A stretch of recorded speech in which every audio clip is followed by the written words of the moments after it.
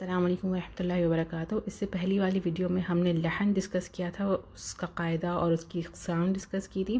تھوڑا ریویژن دیتی چلوں کہ لحن جو ہے قرآن شریف کو صحیح طریقے سے نہ پڑھنے کا ایک ٹرم ہے، وہ کہلاتا ہے۔ اس کی دو اقسام ہیں، لحن خفی، لحن جلی۔ لحن جلی جو ہے وہ ایک میجر مسٹیک کو کہتے ہیں، جس کی اقسام ہم بتا چکے ہیں اور اس کا مرتکب گناہ گار ہوتا ہے۔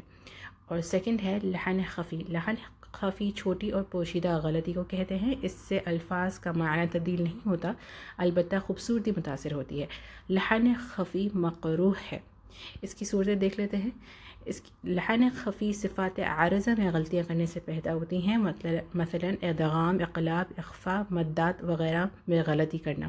یہ چھوٹی غلطی ہے، مائنر مسٹیکس کو کہتے ہیں، لیکن اس کا مطلب یہ نہیں کہ ہم اسے کمپلیٹلی اگنور کر دیں گے۔